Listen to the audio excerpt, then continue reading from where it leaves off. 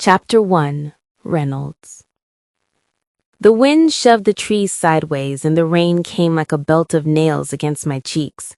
I kept to the narrow footpath between the old huts and the creek, hood up, head down, counting my steps the way I always did when storms made the forests feel jumpy. I was out to check on the goat shed and to make sure the younger rogues had made it back before dark. We didn't have rules, not officially, but we had habits that kept us alive. That's when I heard it. Thin and sharp, a single cry that did not belong to the woods. I stopped so fast my boots skidded on the wet roots. The cry came again, smaller this time, then cut off. Not a fox, not a pup, a baby. Hold on, I said to the wind like that could carry my voice to whoever needed it. I slipped off the path, knees wet, palms on the slick bark as I climbed over a fallen pine. A tangle of roots made a shallow pocket, and inside it, wrapped in a soaked scrap of blanket, lay a boy no bigger than a bundle of kindling. His lips were pale, his lashes clumped with rain, and his tiny fists opened and closed like he was fighting the storm itself. "Hey," I whispered, kneeling. "You're not from here." I pressed 2 fingers to his neck. Fast heartbeat, weak, but there. Breathing, too shallow. I opened my jacket and tucked him inside against my shirt. His cheek went to my skin like a brand of cold. I covered him with the jacket and turned so the wind hit my back instead of his face. Feet pounded up behind me. Rogues. 2 men. One with a scar at his jaw. One I knew by face, but not by name. "What did you find?" Scar asked, shouting to be heard.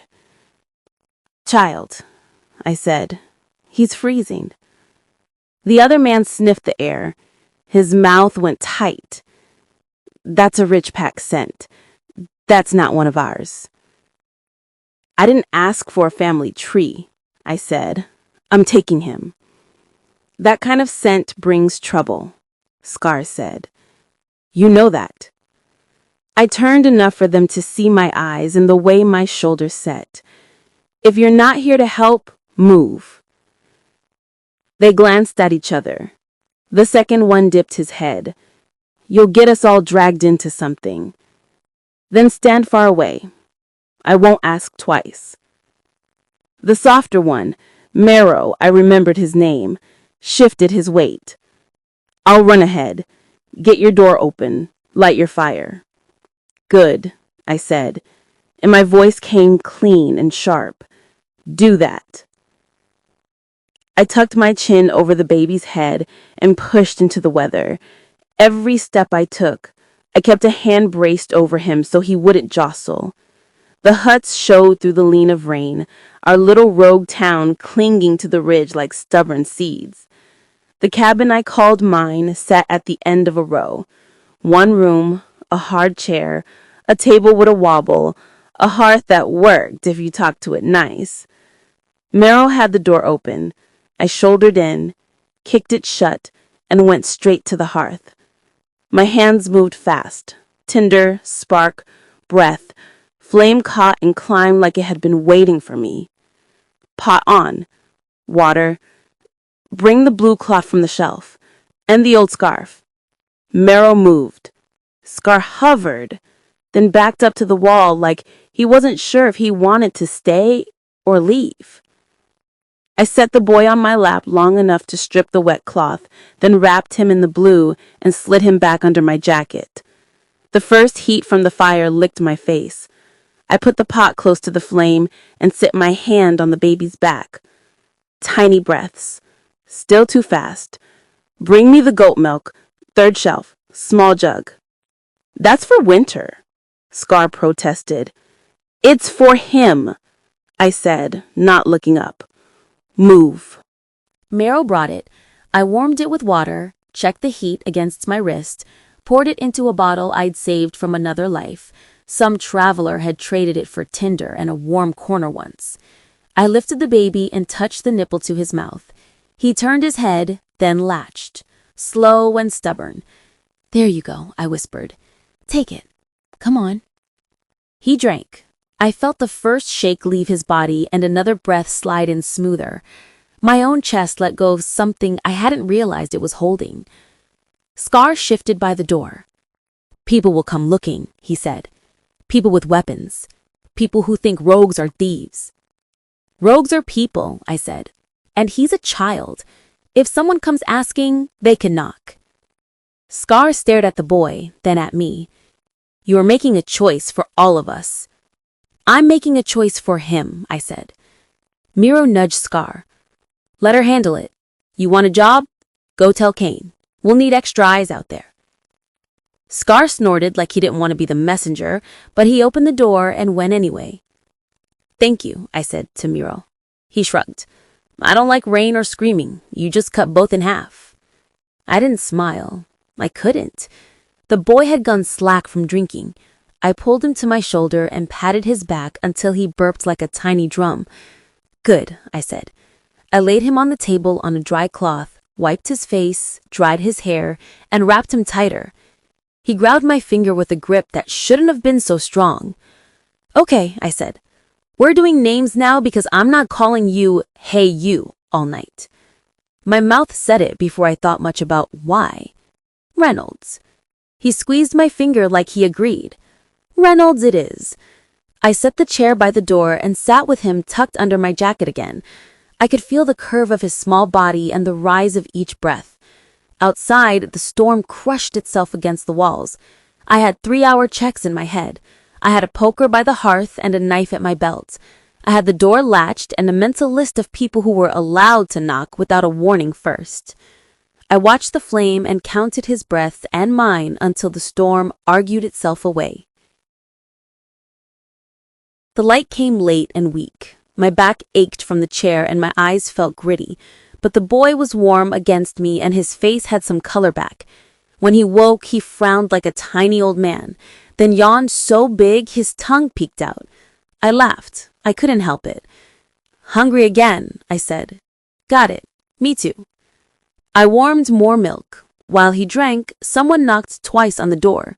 2 quick raps, our normal friend knock. "Kane?" I called. "Yeah?" he said through the wood. "I brought blankets and nails." I opened. Kane stepped in, shaking rain from his jacket. He was taller than everyone else by a hand or two and set his weight like a tree you could trust. He saw the baby and a flicker went across his face. Surprise, then something softer. "You weren't joking," he said. "I never joke." "Okay, sometimes. Not today." "Where'd he come from?" "The storm. The roots of the fallen pine." He sniffed. "He does smell like a pack that eats well." "Don't start," I said. "We're not doing that." He lifted his palms. "I'm here to help, Helen." "Good. Nail the door bar tighter, then take a walk around the ridge and watch for tracks. If someone's coming, I want to see them before they see us." He hammered the side braces in while I moved through the new routine I hadn't planned for but now couldn't imagine not doing. Feeding, burping, changing, a warm wet cloth at his neck, a clean wrap. I tied the old scarf into a sling and fitted Reynolds against my chest, snug and secure. He settled faster when he could hear my heartbeat. 2 more rogues floated in, respectful at the door line. One set a sack of cloth and a small pouch of dried herbs on the table. The other, the same mouthy one from last night, folded his arms. "People are talking," he said. "They say there's a missing child from the big pack by the river." "If someone has answers," I said, "they can bring them here. Or bring you a problem," he said. I looked him dead in the eyes. "Then the problem will talk to me." He shut up. Good. Kane set down his hammer and wiped his hands. "Door solid, I'll walk the ridge." "If you see anything weird," I said, 2 whistles. "If you see something we need to fight, 3.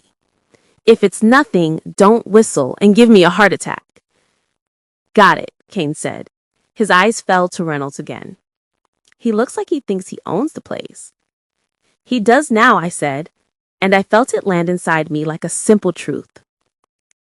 After Kane left, I learned Reynolds' rhythm. He squirmed when he wanted to move and made a little noise when he wanted the bottle before crying. He hiccuped after milk and calmed if I tapped his back in a steady beat. He liked my voice enough to settle if I hummed, where the melody never got too sad. I hung a line over the hearth and looped cloth on it to dry. I kept the poker close in case someone decided to try my latch. I cleaned one-handed and memorized the sound of Reynolds' quiet breathing like it was the key to a lock. Near midday, I stepped out the back to grab wood. The rain had eased to a mist. I lifted a log and froze. Under the normal forest smells rode something wrong. Sour, not from our lanes, not from any pack that kept rules. A hunter smell with a mean edge. I went back in and slid the top bolt home. I checked the window latch twice. I moved the knife from my belt to the table and the poker to the hinge side of the door. I fixed Reynolds deeper in the sling and kissed the top of his head. If you come, I thought toward that sour scent, you'll meet me first. It didn't take long. The first sign was a shadow across the window. The second, a hand testing the latch. The third, the latch shifting in a way that said someone outside had a trick for old locks. Don't, I said. The door jerked inward an inch. I pressed it shut and slid the bar down so fast it banged. A voice came through the wood. Give me the child. He doesn't belong to you. He belongs to no one. He's safe here. You don't get it, the voice said, dull and hungry. I haven't eaten right in days. My hand curled around the knife, then walked to the stream and looked for trout. The door jolted as a shoulder hit it. Again, then again. The bar trembled. The fourth slam cracked the side brace Kane had just hammered in. Okay, I said. I pulled Reynolds free from the sling and tucked him into the cradle basket by the hearth. I set the basket behind the chair, out of sight of the door. Stay quiet, I whispered. I'm not going to let anything touch you. The fifth hit splintered the frame. The door flew inward, wood shrieking. A gaunt wog filled the gap, eyes blown wide, teeth bared, hands out like claws. He didn't smell like us. He smelled like bad choices and broken rules. Back off, I said.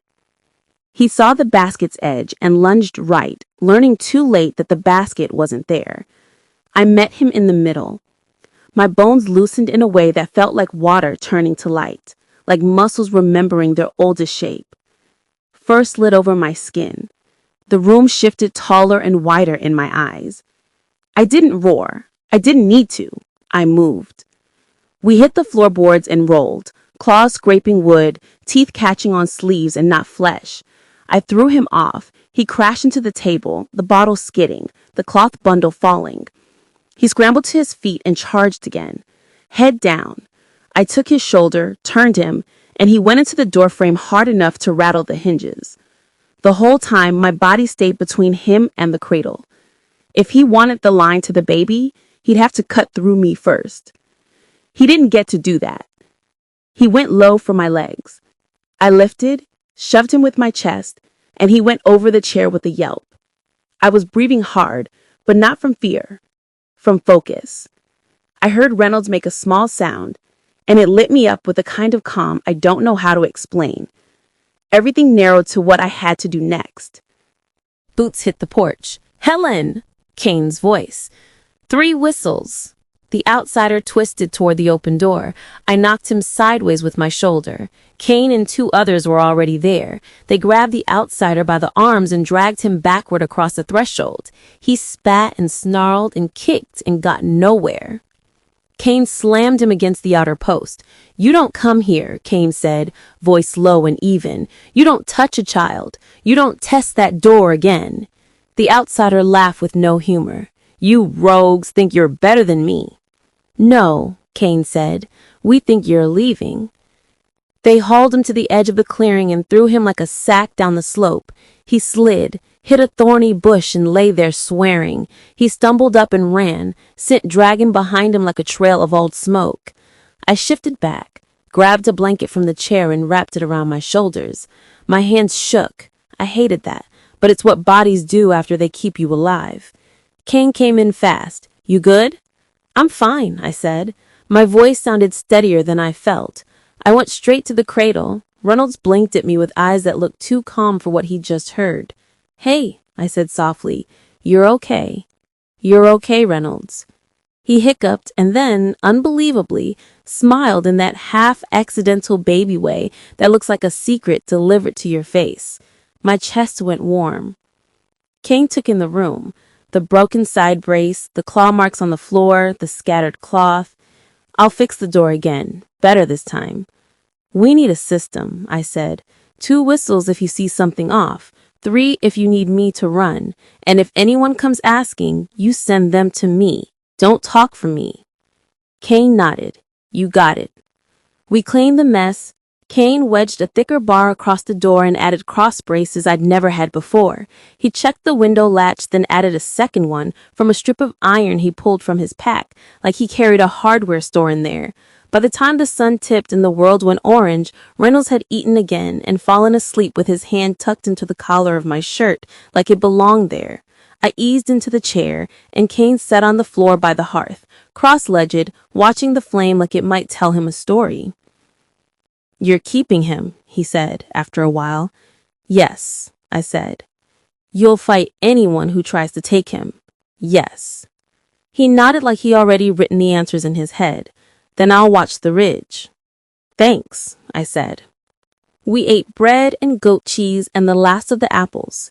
Kane showed me the 2-whistle and 3-whistle calls he wanted to use, then practiced them until I could repeat them exactly. He left just after dark to take the first watch.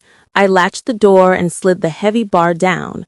Reynolds cried twice in his sleep, and both times he calmed as soon as I put my hand to his back. I hummed without words. I said plain things out loud so he could anchor to my voice. "You're safe. I'm here.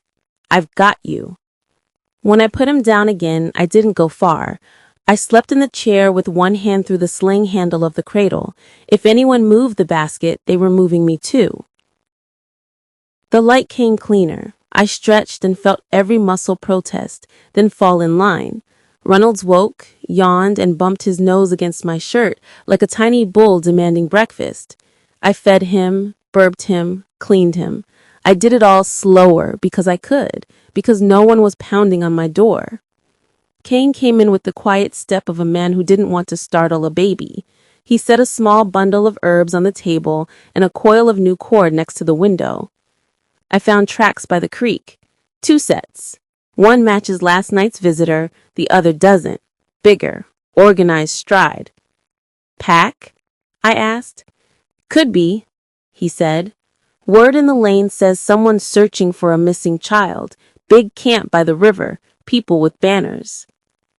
I looked down at Reynolds. He had milk on his chin and a face like the world was a serious study he planned to finish by noon.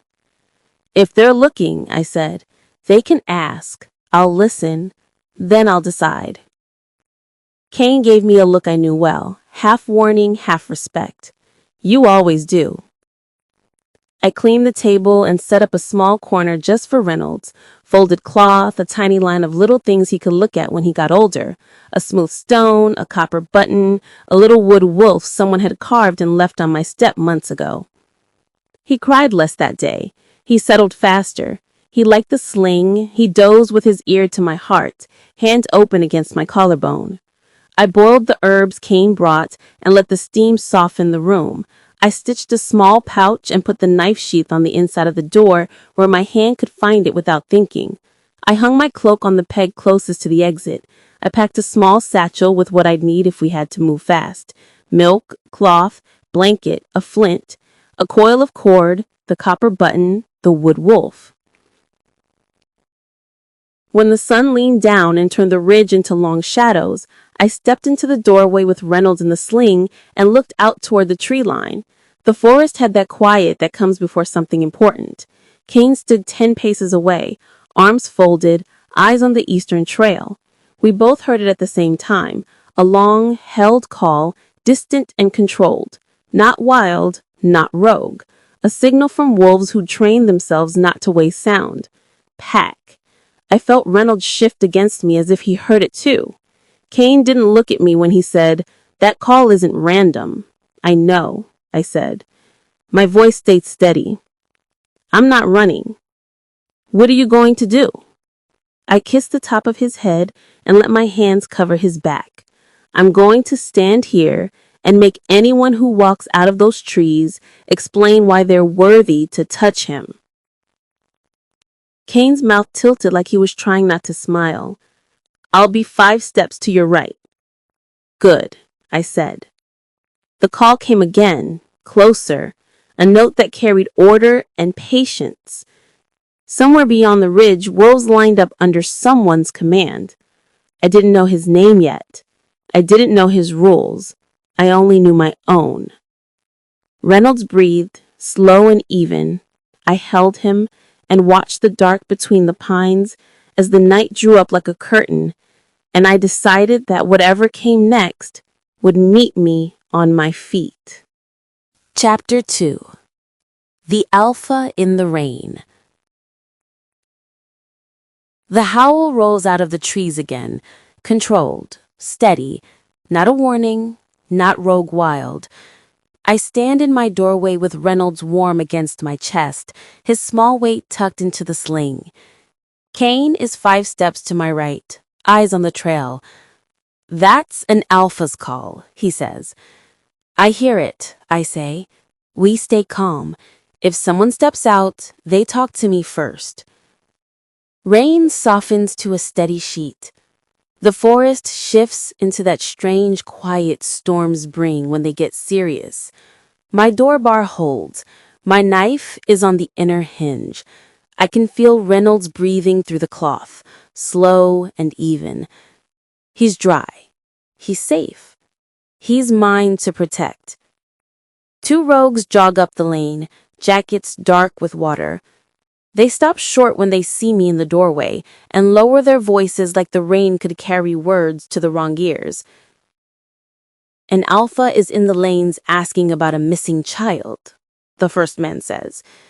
No details. He's not saying whose. He's just asking if anyone saw a baby. "Name?" I ask. "Cyrus." Tall, dark jacket, organized as a patrol drill. He's calm. People like calm. They talk to calm. Kane looks at me. He doesn't push. He knows better. I slide my hand over Reynolds' back. "Thank you," I say to the men. "If he asks here, he will speak to me, nobody else." They nod and move on. The rain makes a curtain between us and the rest of the row. Far down at the crossroads, I catch a glimpse of a clean formation, men spaced like they trained for it, hand signals, no yelling. A tall figure stands with a small knot of rogues. His voice carries just enough to hear, even over rain. "We are missing a child," he says. "If you've seen anything, tell me. Nobody will be punished for helping." My heartbeat doesn't jump. I keep it steady for Reynolds because he takes his cues for me. Calm in, calm out. I step back into shadow so the tall man's eyes never find my doorway. Inside, I check my little world with the quick sweep. Sling secure. Satchel under the table, packed from last night. Milk, cloth, blanket, flint, cord, copper button, the Werewolf. Knife sheath on the inside of the door. Window latches tight. The bar cane braced sits solid across the door. Reynolds stirs. A soft rap at the back. 2 knuckles on the plank. That's the quiet knock we use when we're not trying to call the whole row. I crack the door. It's Mira, a woman who runs soup out of a dented pot and never asks for payment on storm days. She looks scared and stubborn at the same time. "Helen," she whispers, "Cyrus is inside our territory now, 3 lanes away. If you don't want him to see the baby, you move now. I can take you to the back path. Why help me? I ask. She gives me a look that says I should already know. Because you helped the little ones when no one else did. Don't stand here and get cleaned out by pack politics. Kane slips in behind her, rain dripping from his hair. He might protect the kid, he says. Or he takes him without asking, I say. Kane nods once. If you're leaving, you go light. Then we go light. We move like the decision was made days ago. Mira rolls out a short map on my table with a wet thumb, 2 lines scratched in charcoal.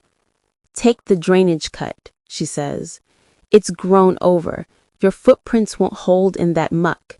It comes out at the firs near the old fence. Cross there. After the fence, it's not our land.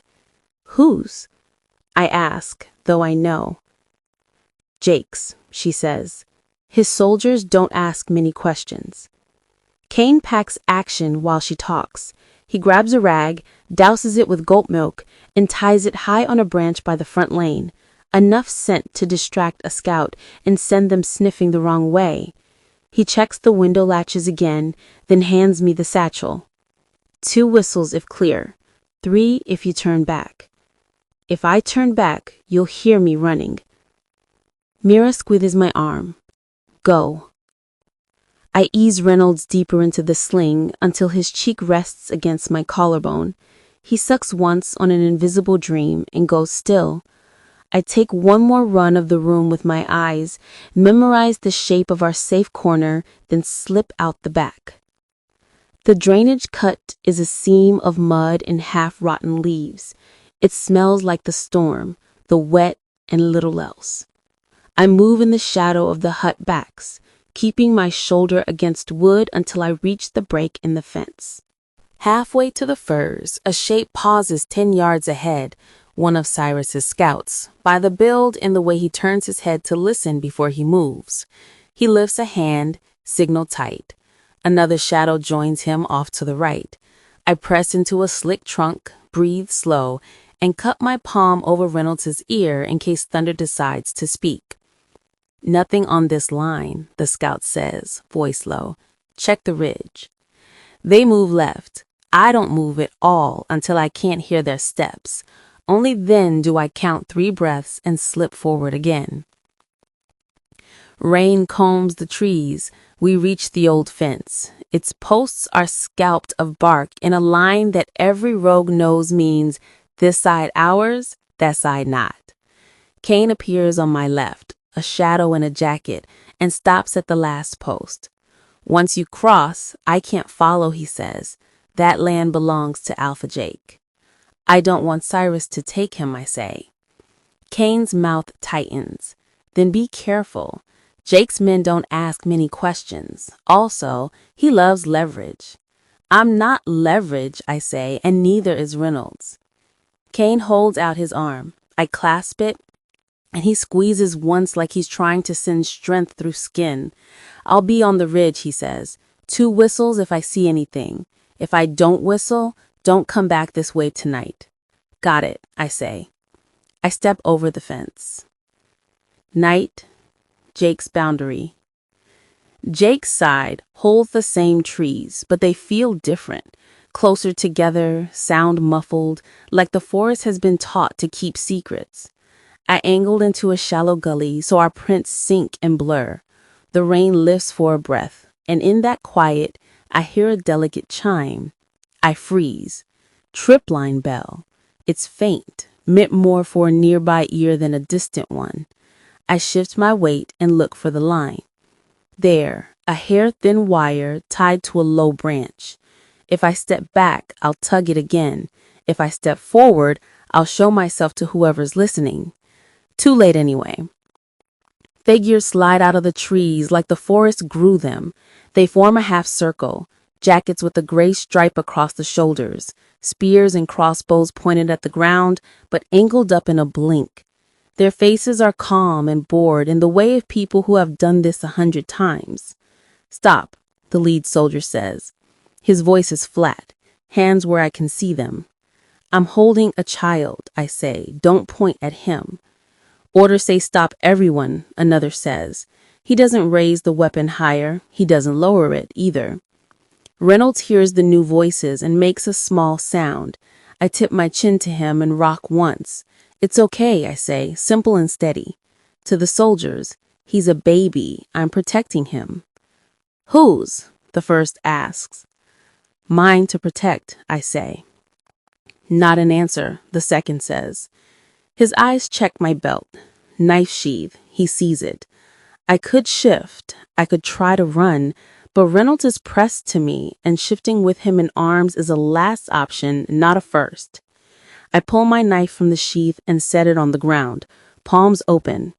Don't scare him, I say. He needs quiet. They look at each other, disappointed I didn't do something stupid. The half circle holds. Then a man with the wolf emblem stitched on his collar steps through. He's dry in the way that says he's been undercover until now. You crossed into Alpha Jake's land with the child. You will come with us. The Alpha will decide. You point a crossbow at me and call that a decision? Lower it. He studies Reynolds for a second. He lifts 2 fingers. Lower your weapons, he says to his line. We are not savages. Spears tip down, not away. The crossbows tilt to rest points. It's better than nothing. I let a breath out. I need his satchel. I nod to the bag on my shoulder. Milk and cloth are inside. He eats when he eats. We will carry it, the captain says. You can carry a spear. I'll carry the satchel. He weighs that for a half second and nods once. Walk. We move.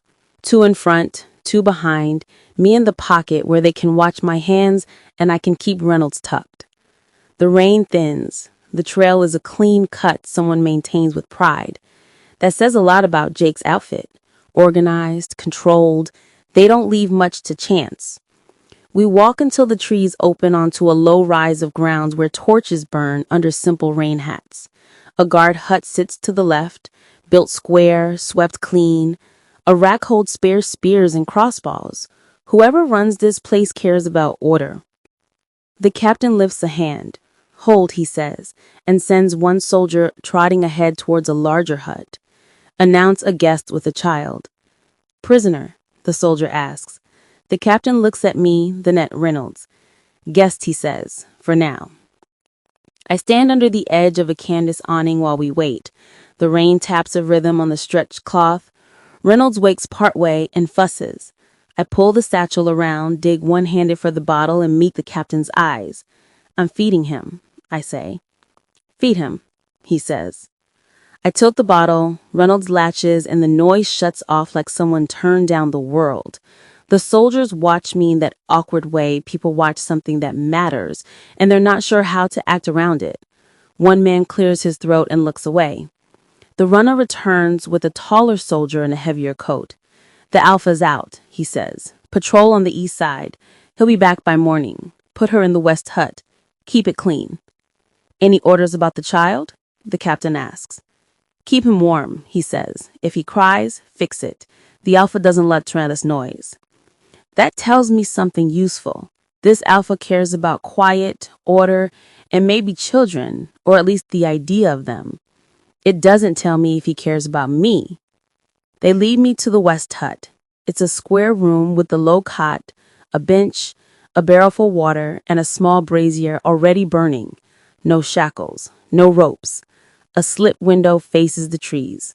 The door shuts with a firm latch I could open from the inside if they didn't bar it outside. The captain stands in the doorway. You will stay, he says. If you try to leave, we will stop you. I'm staying. He needs dry clothes and another feed in 3 hours. I will bring cloth, he says. He hesitates. You fight like a rogue pack mother. I fight like a person who keeps her promises, I say. He leaves. The bar drops outside. The brazier throws a steady glow. I test the window. It opens 2 inches and no more. That's fine. I'm not running out a slit with a baby on my chest tonight. I set the satchel down, change Reynolds into a dry wrap, and hold him until he sighs and sinks heavy. His hand finds my collar like it always does. My heart unknots in a quiet way that doesn't show on my face. I sit on the cot and listen. This is not my forest. It has a different rhythm. Footsteps pass outside, even and trained. Someone laughs once and gets shushed. Water runs in a barrel. A torch hisses in rain. Far off, so far, the sound might be a trick. The organized howl rises again, closer than before. Not on this land, but close. Sirius's patrol is still working the lines. He's not done asking questions. I don't sleep. Not really. I rest with my back against the wall and Reynolds pressed to me. And I track the hours like I always do when trouble is in the air. I feed him on time. I hum the song that has no words and keeps his breathing smooth. I don't plan the next move out loud because walls like these like to listen. The door opens to a guard's knock. The captain steps in with a folded strack of dry cloth and a small tin. "Warm salve," he says. "For windburn." "Thanks," I say, simple, direct. He sets it on the bench and doesn't linger. "Alpha Jake will be back by first light. You'll speak with him." "I'll listen," I say, "then I'll decide." He studies me a beat, then gives a short nod as if he respects the answer, even if it's not the one he's used to. He leaves. The bar lifts and drops again. I kiss the top of Reynolds' head. "We're okay," I tell him. "We wait, we watch, we don't panic." Outside, the camp shifts gears for dawn. Boots, low voices, a kettle lid clinks. The world turns from black to blue at the window slit. The storm is moving on. The day is about to have a face. Somewhere beyond these trees, an alpha named Sirius is still searching for a child. In here, I hold that child and keep my promise. And on this land, another alpha is walking back from patrol to ask me questions with his soldiers at his shoulders. Pack politics, lines on bark, orders and leverage. I've lived under worse. I've lived through worse. I rest my hand on Reynolds' back and feel his tiny breaths, steady and sure, and I set my jaw. They can talk. I'll answer, but no one touches him without proving they deserve to.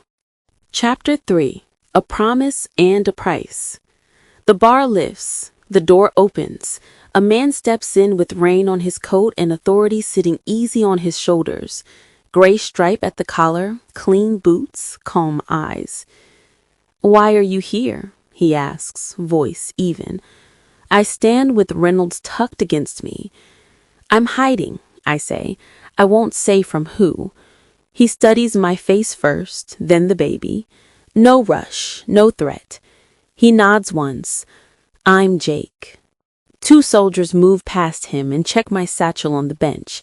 They don't touch Reynolds. They don't take anything. Jake glances at the guards. "Weapons down," he says. "She's a mother now." I file the words away. Kind on the surface, leverage underneath. "You can rest here," he continues. "My people will help the child. You do not leave camp without telling my captain." "I'll keep him close," I say. "Good, we agree." He tilts his head toward the door. Walk. We cross the yard. Rain clicks off the stretched canvas above the main path. The camp is clean, squared edges, swept corners, racks lined with care. Men nod at Jake like the path makes room for him. He looks like a man who never raises his voice to get things done. "Are you rich?" I ask, because it's the question everyone else is too careful to say out loud. "I am responsible," he says, mouth tipping once at the corner. He shows me a bright guest room with a brazier, a clean cot, a wash bowl with steam and a folded blanket. A nurse arrives with warmed cloth and a fresh bottle. Her hands are steady. Her eyes go soft when Reynolds grips her finger.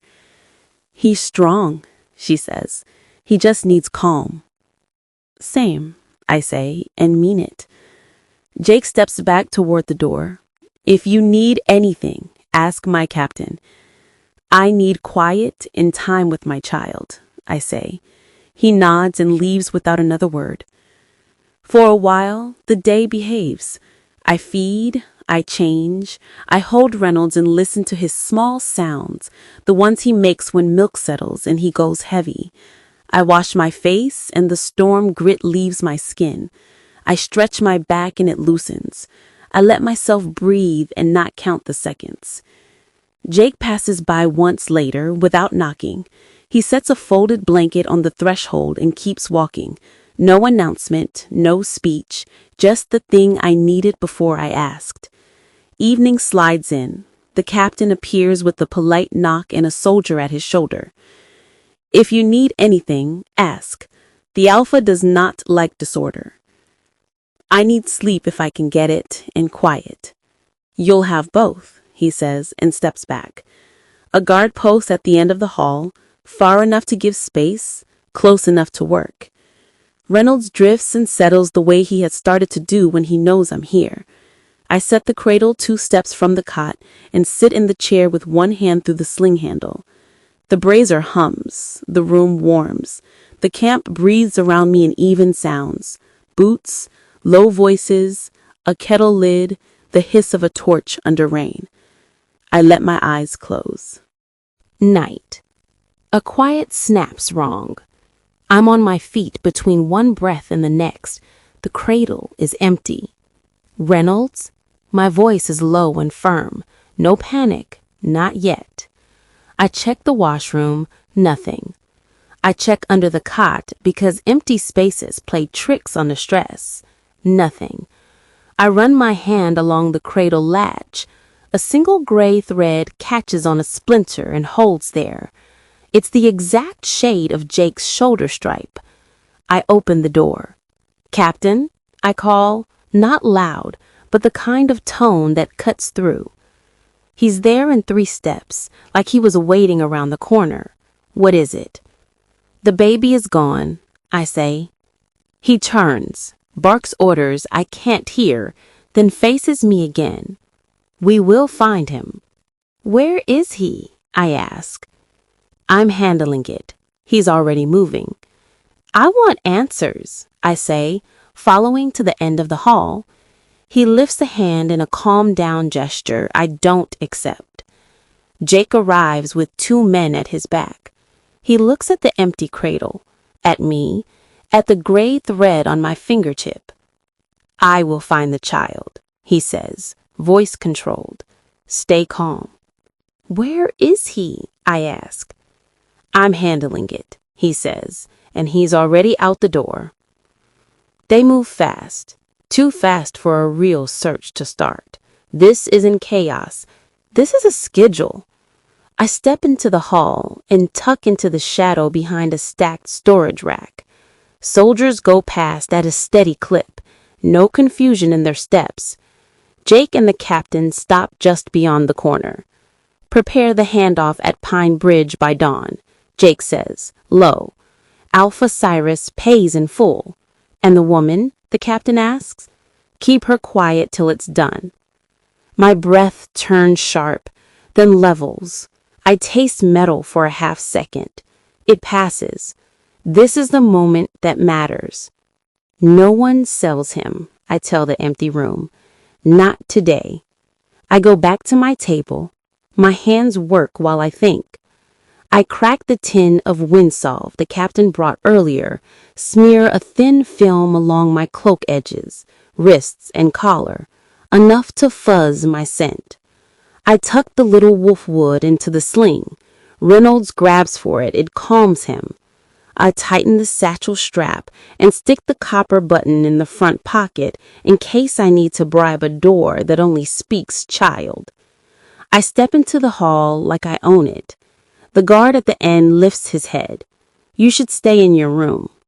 I'm going to the wash, I say, holding up the cloth as proof. Simple words, simple lie. He nods and looks away. I count his steps when he turns. 8 to the far door, pause, look left, look right, 8 back. He's new to night shifts. I move on the pause. The camp has rhythms, and I have always been good at rhythms. Torches hiss under the rain hoods. A kettle clicks. A pair of boots scrape in unison at the stable.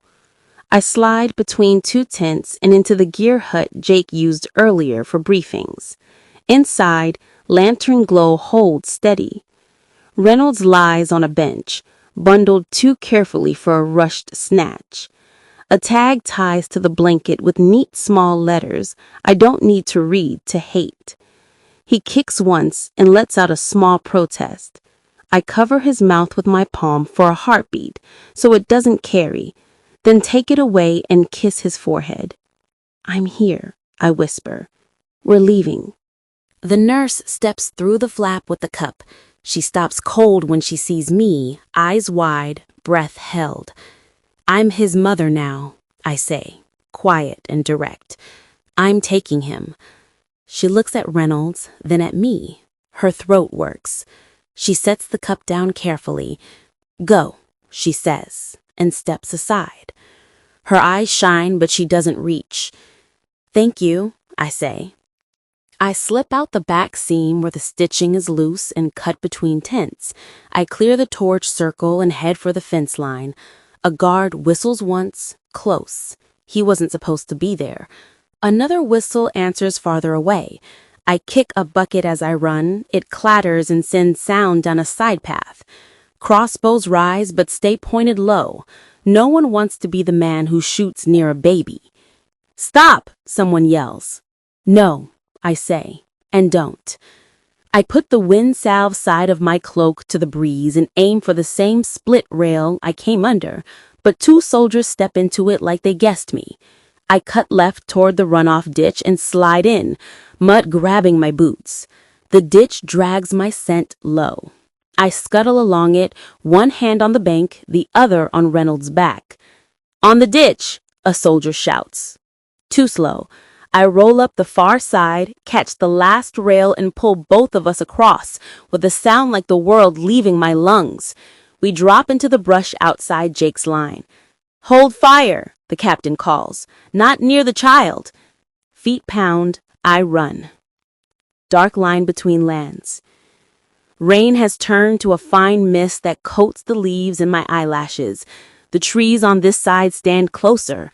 The ground dips into old gullies that hide footprints. I keep Reynolds tight, cheek to my collarbone, breath steady in my ear. We're fine, I whisper. I've got you. I don't look back. I don't listen for men I can't fight with him in my arms. I listen for the forest. It gives me what I need. Space between trunks, a log to slide under, a root to step over without snapping it. The wood wolf toy taps the sling in a little heartbeat rhythm. Reynolds calms to it. A sound carries through the trees, measured, controlled, far and not far. A worked howl. Cyrus's patrol is still in the border woods. I angle toward it, not because I want to hand him over, but because packs like his don't shoot into brush when they hear a child. They will ask first. I can use questions. I can't use arrows. Light pushes at the edges of the night, that thin blue hint that means the day decided to arrive whether anyone asked it to or not. My legs burn. My lungs feel scrubbed. My mind is clear in the way it gets when a single promise does all the thinking. Brush explodes in front of me as I break through a thicket. I slam into a body, solid, taller than me by a head, set on his feet like a line of earth. His hands come up, fast and steady, palms open, catching my shoulders without a squeeze. Easy, he says. His voice is calm, curious, not angry. I stop because I have to. Reynolds startles, then buries his face deeper into me. I turn my body to shield him and look up. Dark jacket, rain on short-cropped hair, eyes that take in everything and then decide. He looks at the sling, at the baby, at my mud and my breath. He doesn't look at my knife hand because it's empty. Who are you? He asks. I get my mouth open to tell him nothing he can use. He cuts in, not rude, just focused. Where did you find this child? Boots drum behind him, men spread to either side, not sloppy, not wild. The first two speak in unison without meaning to. Alpha Cyrus. I feel the name like a hand dropping onto the hour. I look past the men at the way they hold themselves, then back at him. Alpha Cyrus, the one who searched calmly, the one who pays in full at Pine Bridge if Jake gets his way. My chest tightens for one beat, then eases. Reynolds breathes against my skin. I square my shoulders and meet Cyrus's eyes. I don't step back. I don't hand the baby out. I hold the line I started in a storm and carried through a camp with rules. I'm listening, he says, hand still out, not touching. Talk to me. I don't give him my name, not yet. I pull Reynolds closer, feel his small hand find the edge of my collar like it belongs there, and I stare steady into the Alpha's face as the forest wakes around us and the day finally shows itself. Chapter 4. Castle Terms. Cyrus lifts his hands, palms open. Rain beads on his jacket and runs off his jaw. I won't harm him, he says. I've been searching for days. I keep Reynolds tight against me. Then listen, I found him during the storm. A rogue camp tried to keep him. Jake plans to sell him to you at Pine Bridge. Cyrus's eyes don't flinch. I expected Jake to try that. Who put him in the forest? I ask. He doesn't know, he says, and he says it without drama. But this child matters to me. Why? I ask. He doesn't answer, not here. He turns a little, signals with 2 fingers. His men ease back and make a pocket around us like a moving wall. You both come with me, he says. Inside he'll be safe. I hesitate. I look down at Reynolds. He's awake, watching my chin like he understands none of this and all of me. I nod once. All right, I say, but I stay with him. For now, Cyrus says. We walk under trees that drip like a slow faucet. Cyrus keeps pace to my left where he can cover my blind side without crowding me. He notices when Reynolds' head sinks against my collarbone. He notices everything and shows almost nothing. The road to the stronghold. The forest breaks to paved road and floodlit walls. The castle rises out of stone and glass, banners steady, even in wind. Guards stand in clean lines, gear oiled, eyes alert. No yelling, no wasted movement. It looks like a place where rules are made and kept. Pretty walls don't make me soft, I say under my breath. Good, Cyrus says. Soft gets people hurt. At the gate, a nurse team steps up with a blanket and a small heater pad. Cyrus holds out his hands for Reynolds. Don't take him, I say, voice tight. He needs a warm room and a check. You did well. You'll be safe here. I hate every part of it. But the heater pad goes under Reynolds and the nurse tucks the blanket with the kind of hands that don't fumble. He doesn't cry. He looks at me while they carry him, and I walk beside them so close I can feel the blanket's heat. Entry hall, separation. The floors shine. Lights pulls in soft squares. Cyrus walks ahead and doors open for him. He reaches again. I start. I heard you. He stays with me now. You're not being punished. You're a guest. You'll have a room and whatever you need. My chest hurts in a way I refuse to show. He passes the baby to the nurse team with a nod like he's signing a contract he'll enforce. Reynolds fusses when we separate. I hear the little sounds and go rigid. Cyrus glances at me. They will take him to the nursery. It's close. Guest terms. A captain in a formal jacket guides me up a broad stair and down a quieter hall. Level 2, he says. Food is always ready in the side kitchen. Your room is here. He unlocks a door to a clean, bright space with a proper bed, a brazier, fresh clothes folded on a stool, and a wash bowl with steam lifting in thin lines. If you need anything, tell the guard. A guard for my comfort? I ask. A guard for your safety, he says, but he stands like a door made of muscle. I understand the message. I wash my face. I change into the soft shirt because it smells like soap, not rain. I eat a bowl of something hot in 3 quick bites because I need fuel, not flavor. I sit on the edge of the bed and stare at the door because that's where Reynolds is not. Great Hall. Announcement. A chime rings from deeper in the keep. The captain gestures. The Alpha is speaking. We step into a room that could feed 100 without crowding. Cyrus stands at the head of a long table. The people closest to him wear quiet power. They stop talking when he does. The child is found, Cyrus says. An older woman at his right, elegant posture, the same eyes as Cyrus but colder, goes stiff. You brought him here, she says. Where else would I bring him? Cyrus asks. The room's warmth dips. People glance at one another like a wind just changed direction. When the hall empties, the older woman intercepts me in a passage lined with framed pack crests. Her steps are light. Her voice is not.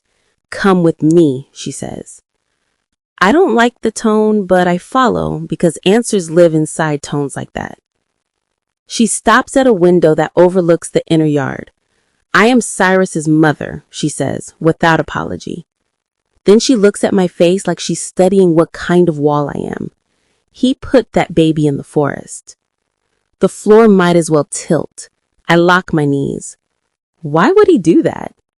She stares past me at something I can't see. Pressure, scandal, bad counsel. The child was born to a servant. The father was my husband. Cyrus listened to old men who told him to clean the problem where it couldn't stain the floor. My hand shakes and I stop it by sheer will. So he threw a baby to the trees to save a rug? She flinches, barely. I told him he regrets it. He swore he'd fix it. By what? I ask. Buying him back? You think I'm blind? She says. I told him to send the child away. He refused. That boy is his brother, he says. He means to keep him. I told him to send the child away, I repeat, because I want her to hear herself. I told him to protect this pack, she snaps back. Then her voice drops. Do you love the child? I say yes, clean and loud. She slips her gaze aside first. Then don't let my son ruin both of you. She turns and walks away like a curtain closing.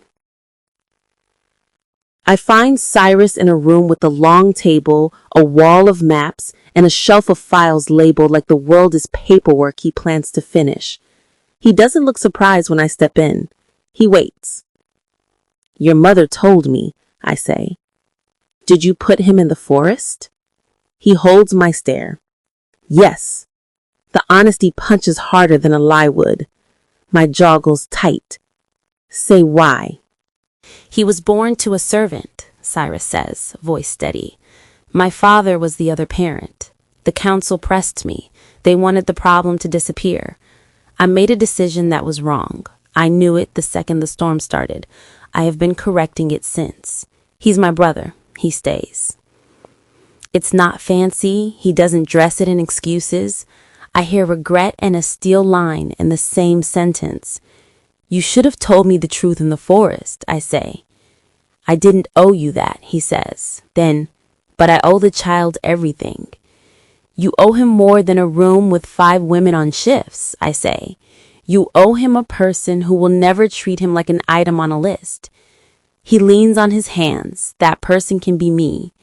I can take him, I say. He was safe with me. No, Cyrus says. He belongs with his blood.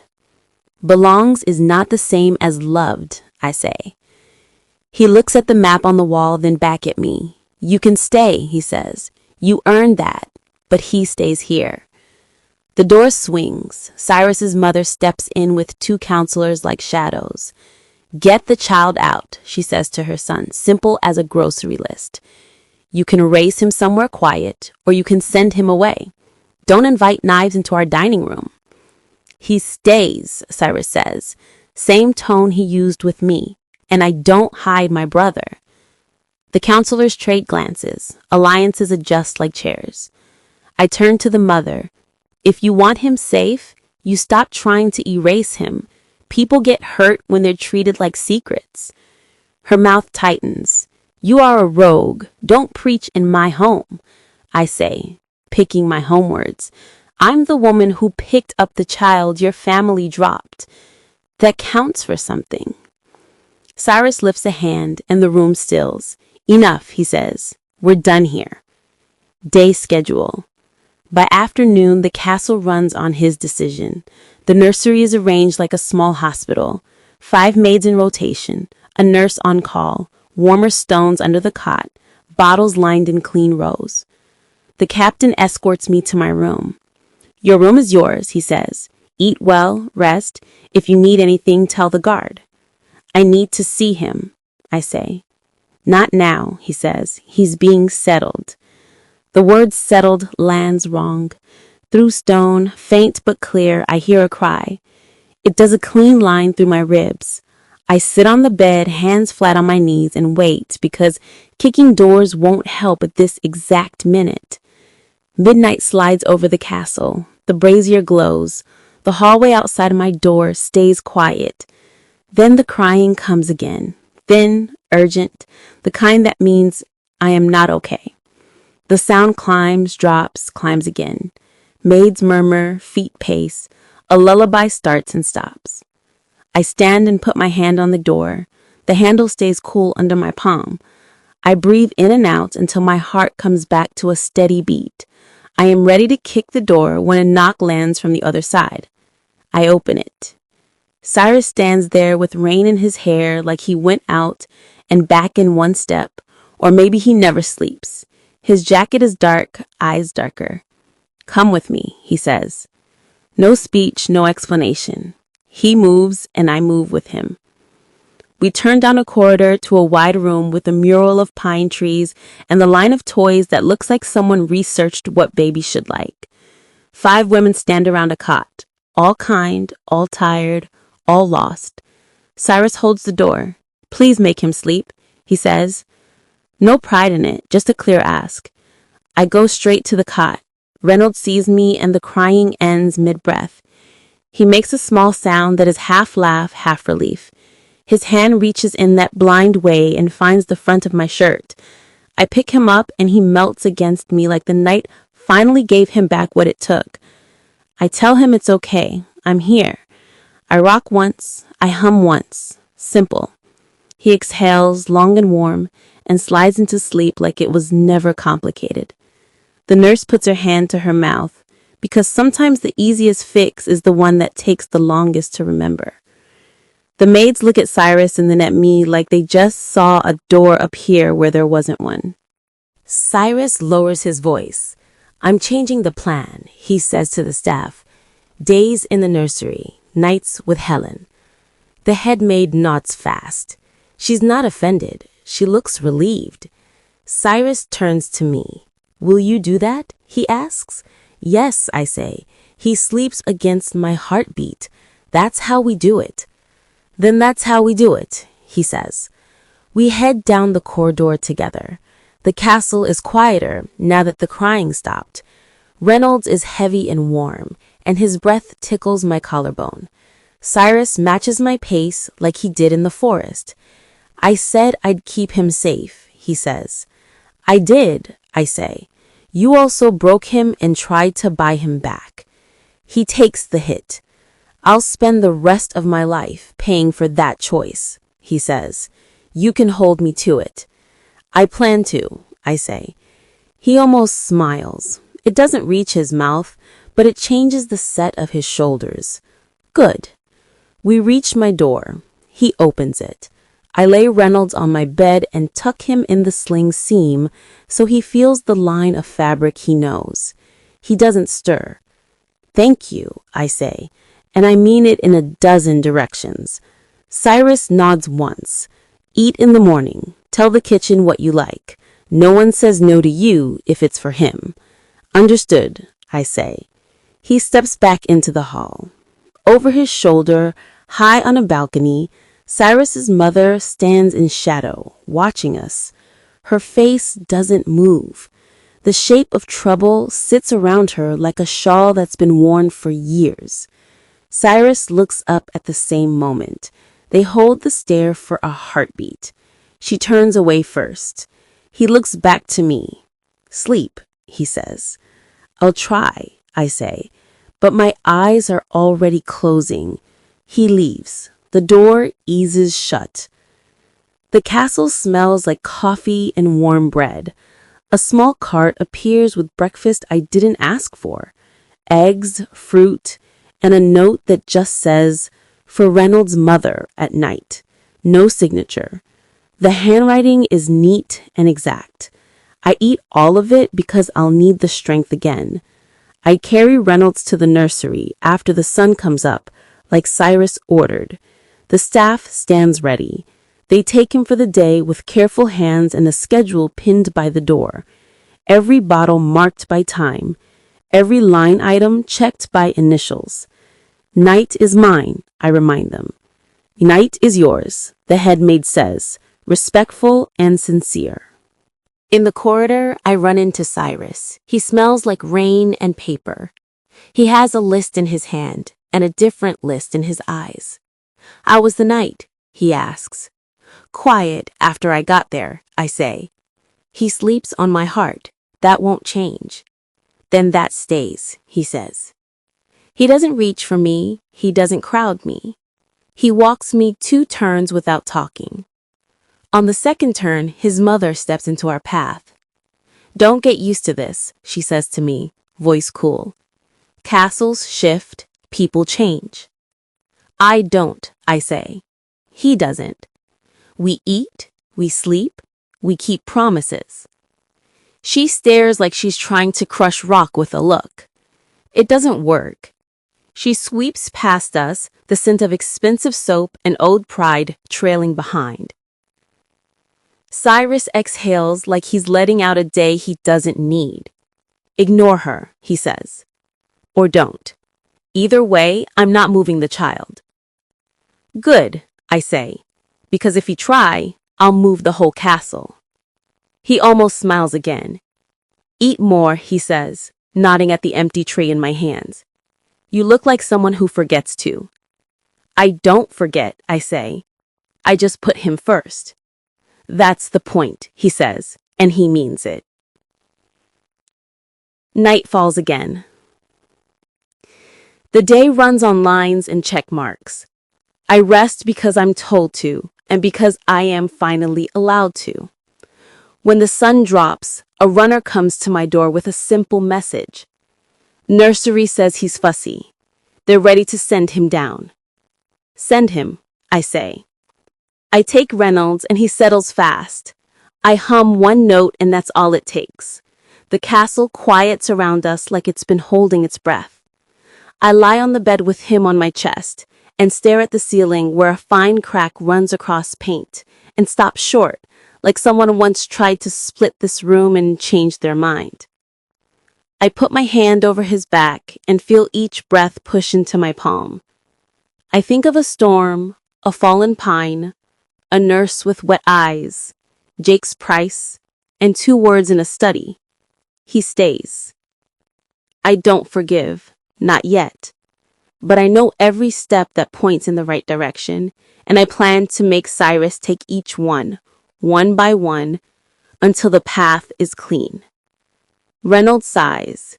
His hand finds the edge of my collar like always. My throat gets tight in the way that doesn't show. I swallow it and stroke his hair once. I've got you, I say. Night's ours. Somewhere above, Footsteps cross a balcony. Somewhere down the hall, a counselor clears his throat and rewrites an opinion. Somewhere in the yard, a guard shifts stance and a torch hisses softer. The castle keeps its rules.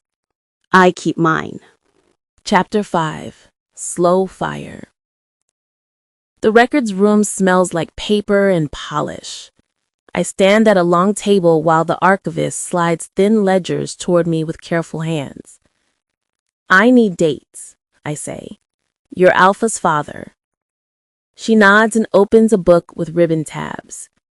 He died a few months ago, she says. Winter tail end. She taps a line in neat ink. Name, date, cause listed as fever that would not break. Thank you, I say. Another ledger holds staff notes, rotations, repairs, supplies. Halfway down a page from last year, West Wing servant, health leave, return unknown. No name, no fuss. Those few words carry too much. I sketched a simple timeline on scrap. Servant leave, pregnancy, birth, the old Alpha's death, storm night. The archivist watches my pencil. Do you want copies? No, I say. I want this to stop making new pain. She nods and looks away like she understands more than she is allowed to say. On my way back, I find the older nurse from the first night on a bench in the laundry corridor, checking bottle temperatures with the inside of her wrist. Was he a kind man? Cyrus's father? She thinks before answering. He was strict, she says. People around him were stricter. Did he force anyone? I don't know, she says, eyes dropping. I know a girl went quiet, and then she was gone. My jaw sets. All right. I thanked her and walked the inner hall, counting doors to steady my head. The castle moved on quiet tasks, boots, low voices, a kettle lid. By the time I reached the study wing, I knew which questions to ask. His study is a room of maps and files. The window is open just enough to let in a thread of outside sound. He looks up when I step in, not surprised, not annoyed. He clears a space at the table.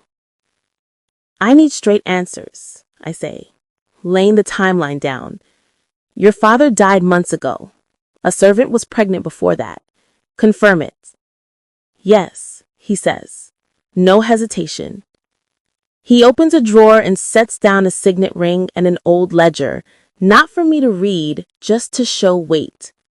What you've written is the order things happened. And then the storm? And then the storm, he says. Thank you, I say. It is not forgiveness. It is the clean kind of thanks you give someone who did not waste your time. He watches me tuck the scrap away. What do you want now? I want him safe, and I want the truth to stop hiding. Good, he says.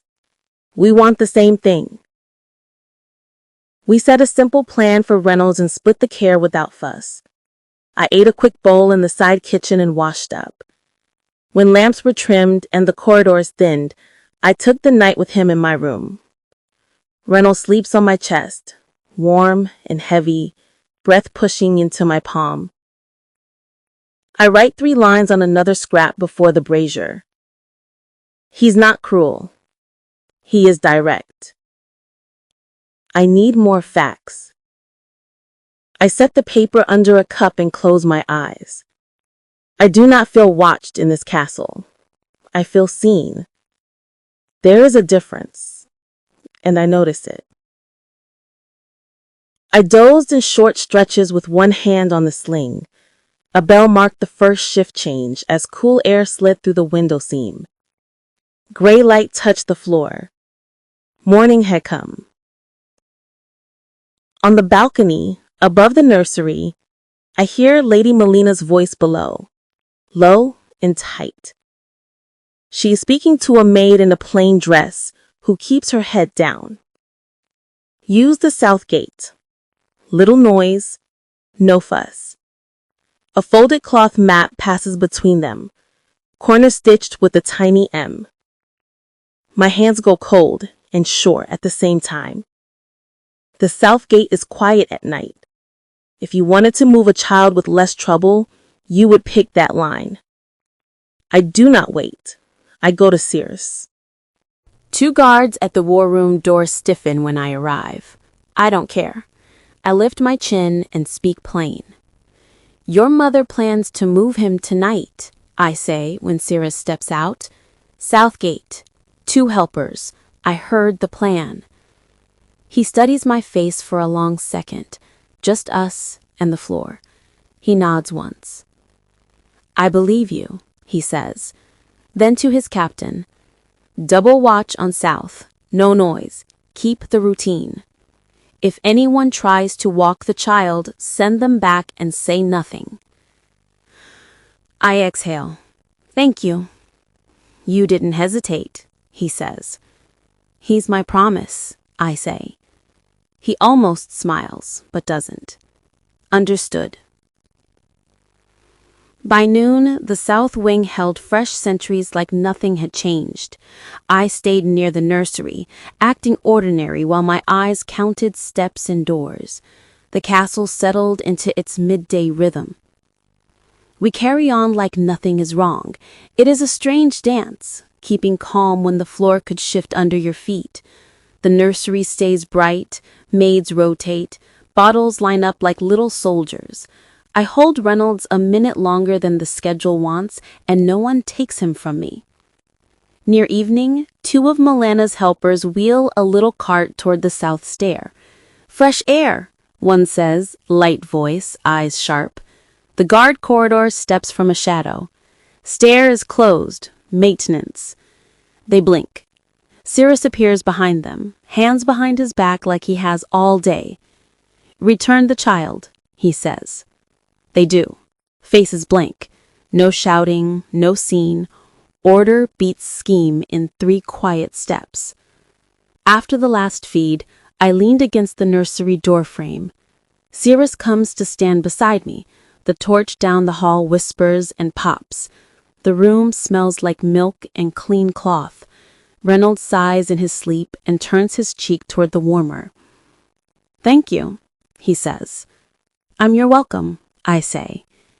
You really love him, he says, not as a question. I do, I say. We both reach to move the empty bottle off the sill and our hands meet for a second. Not planned. Warm skin, quick pullback.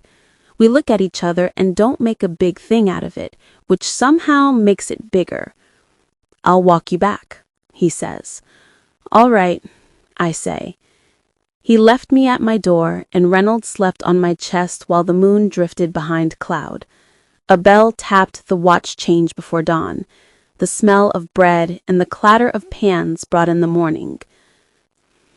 Reynolds cries like his small world fell off its hook. I try everything I know, walk, hum, the sling, the shoulder, a slow sway. He pushes his face into my shirt and cries anyway. The maids look pained. Cirrus steps in, calm and steady. You love him. I hand him over, because love isn't a contest. The moment Reynolds settles in Cirrus's arms, he stops and hiccups 3 times, then relaxes. The room exhales. I swallow a sting I didn't expect. I step back and watch. I tell myself this is good. I say it twice in my head to make it true. I walk the garden colonnade to shake off the feeling. Banners lie still in the heat. Cirrus finds me there without making me feel found. You look upset, he says. I worry someone will do better than me with him. I keep it simple because I promised myself I would not use pretty words to hide ugly feelings. You won't be replaced, he says. We share the work. He says we like he didn't practice it. I hear it, and it lands where it should. Okay, then we share. We try a joint rhythm. I feed, he burps, he hands back. I change. He tosses the used cloth in the basket with one clean flick. Reynolds gives a burp so loud that it startles Cyrus, and I laugh. He likes your shoulder more than mine, I say. He likes both, he says. He knows you mean safety. It is so direct that it warms something in me I didn't plan to warm today. We walk a slow loop of the inner corridor. Guards nod, torches hiss. The castle makes nighttime sounds that are easy to live with. We don't hurry. We stop once so he can adjust a lantern that went dark, and it feels like a small, useful thing to do in a world that often feels too big. You don't look at me like I'm staff, I say. You're Helen, he says. He leaves a beat of quiet. You kept my brother alive. Hearing him say brother out loud does more than any token. I don't soften completely, but some tight wire inside me loosens half a turn. Good, I say. Keep saying that. I plan to, he says. We finished the loop, and I took Reynolds for the last feed. Sleep came in small pieces, warm and close. At first light, I carried him to the nursery and met Cyrus in the family hall. He meets me in the family hall and shows me the portraits without selling me a story. He points to landlines gained, then taps a spot on the frame where the paint is chipped. We kept the walls, he says. We failed the room. Then we fixed the room, I say. He looks at me like he heard the part of the sentence I didn't say. Together. We sit at the library table with a storm log written by some scribe who hated wet boots. Every page has the same complaint. By the 5th entry, it's funny. I laugh without guarding it. That laugh should be in every room he sleeps in, Cyrus says. Then keep the rooms quiet and warm, I say. Done, he says, and he means it. Our shoulders almost touch over the same page. We're not touching. The space is still charged. Reynolds sleeps early. We stand on either side of the cot and listen to the small, steady sound he makes through his nose. The day has been good in plain ways, and plain good days are the kind that last. Cyrus looks at me across the cot. He did one right thing. He says, I brought him back. You did, I say. Keep doing right things. I will, he says. With you here, it's easier. I don't answer fast. I watch the rise and fall of Reynolds' chest. I watch Cyrus's face, which is harder to read than any book, but worth the effort. Okay, then we keep the room warm, we keep him fed, we fix what was broken. We do it steady. Steady, he repeats. We finish the loop and I took Reynolds for the last feed. We leave the nursery together, not touching, close enough to share the same slice of hallway light. The castle moves around us, quiet feet, low voices, the clean order he built and is trying to use for something better. The pull between us is there, and unhurried. It feels like trust learning how to breathe. When I reach my door, he stops with me. Good night, Helen, he says. Good night, Cyrus. Reynolds slept deep on my chest again that night. I think of the girl who went quiet, the ledger with no names, the ring that sat on a desk like a burden, and the way Cyrus said we without checking if it would cost him. I press my hand to the small back that means more than any wall and let myself rest. Chapter 6. Quiet Sparks. The watch bell tapped once before dawn. The side kitchen awoke with the soft clatter of pans and the warm smell of bread. Reynolds lay heavy on my chest, his breath a steady rise and fall under my palm. When he gave that little sleepy sigh he always gives right before morning, I eased him into the sling, tightened the strap, and stepped into the hall. Cyrus met me by the nursery corridor. "Sleep?" he asked. "Enough," I said. He reached to adjust the sling, just a small fix where the strap had folded, then pulled his hand back fast, like the warmth of my shoulder surprised him. We both pretended not to notice. Two maids whispered by the stair as we passed, "Alpha likes her. He's different with her around." They were not quiet enough. Cyrus heard. I heard. He didn't look over. "We stay on work," he said.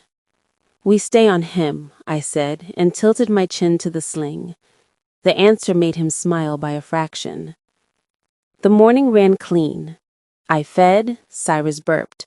Reynolds gave a loud burp that made the maids jump and both of us laugh.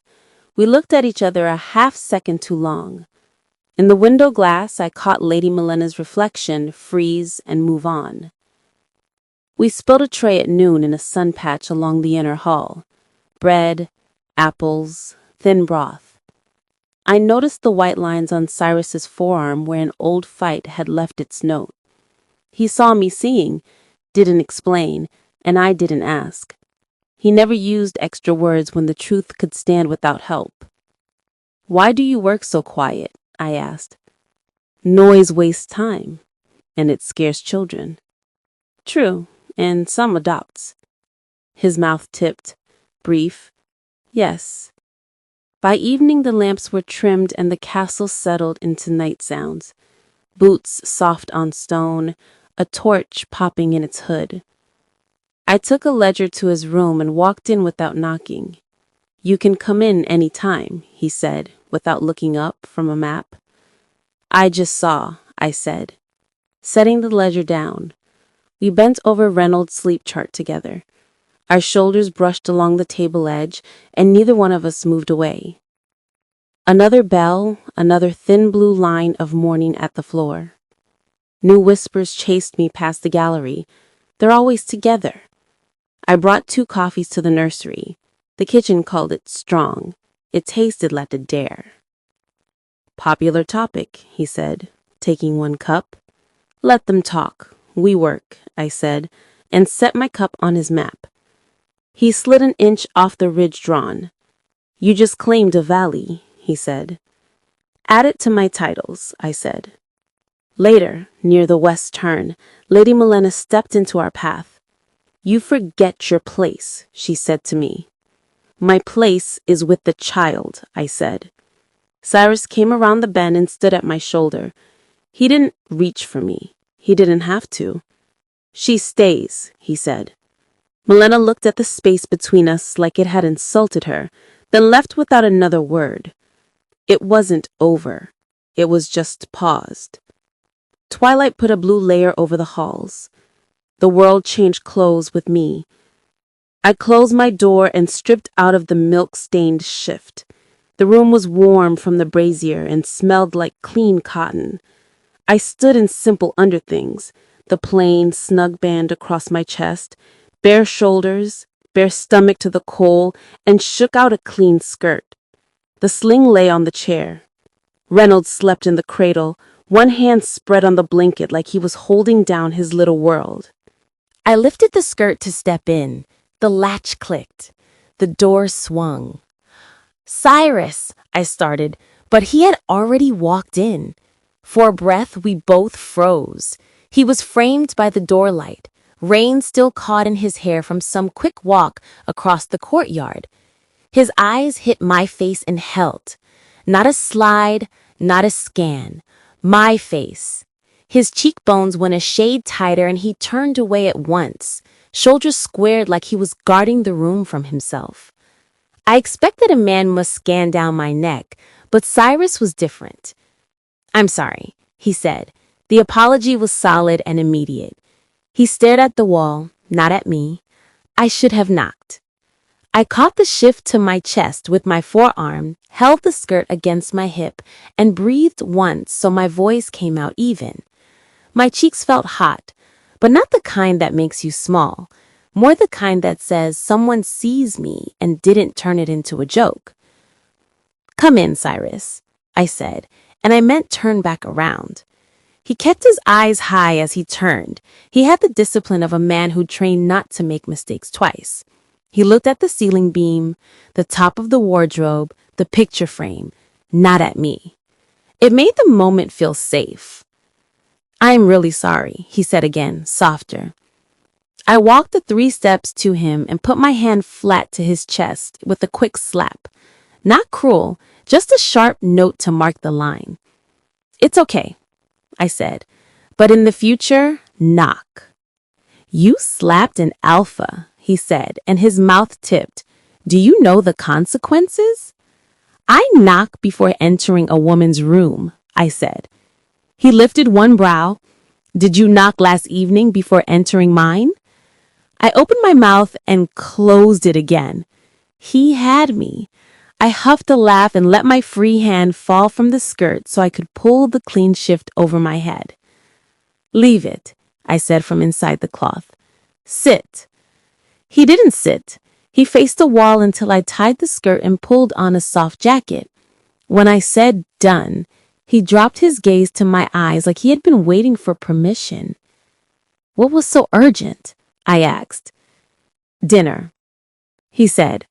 "All 3 of us." "Here?" "In the dining hall." "Am I allowed there?" "I'm inviting you." I glanced at the cradle. Reynolds slept on as if the world never knocked. "Give me a minute." He stepped close, but not too close. Hands light on my shoulders for the briefest hug. Careful, measured, present. "See you," he said, and the door closed behind him with a quiet click. The hug stayed on my skin like warmth under a shirt. By the time the corridor lamps brightened and the servers rolled out covered dishes, night had settled. I walked into the family hall with Reynolds in my arms. Conversations broke off. Lady Melena's eyes cut to her son. "Cyrus, have you lost your mind? What is she doing here?" she asked. "She's here for dinner," he said. "I invited her." Melena said nothing else, but her face did the talking. Thin mouth, cold eyes. Cyrus served Reynolds' bowl first, then mine, then his. A small order of plates. Everyone saw it and drew their own conclusions. We ate without show. The head steward spoke once about supplies. A counselor tried to ask about outer patrols, and Cyrus gave a neat answer that closed the topic. Reynolds smacked his lips at a spoon and made a pleased sound that made 2 guards smile into their cups. The room adjusted around us and kept moving. After dinner, the castle went quiet again. Cyrus walked me to my door. The torches hummed low and warm. He stopped a half step closer than usual. I could feel the distance asking to be less. "Good night, Alpha," I said. He leaned in. It wasn't a rush. It was a choice. I felt the shape of his breath, and something in me beat once like a drum you tap with a fingertip. He was just inches away from my lips. "Tell me you want me to stop," he said. I didn't say anything. The gap between our lips almost ended. A very soft fraction of touch was there. He was almost there when a voice cut across the stone. "So you walk in your father's path?" We turned. Lady Melena stood by the column, the shadow slipping off her like a cloak. "I'm breaking no rules," Cyrus said. "She is just a maid," she said. He went very still. "Don't call her that." "You'll regret this," Melena said, and left it hanging. "I'm sorry," I said, when the hall was ours again. "I should have stopped you. I don't want trouble on my name." Cyrus lifted 2 fingers and set them lightly to my mouth. Not force, just to quiet. Then he kissed my cheek, warm and steady, and walked away without another word. The spot held heat after he was gone. The next morning arrived the way it always does, with the bell and the smell of bread and the low voices of a kitchen waking up. Gossip ran ahead of me. Work ran with me. I fed, changed, and handed Reynolds to the day staff on time. Cyrus arrived on time, calm enough to make the room follow his pace. "Same plan?"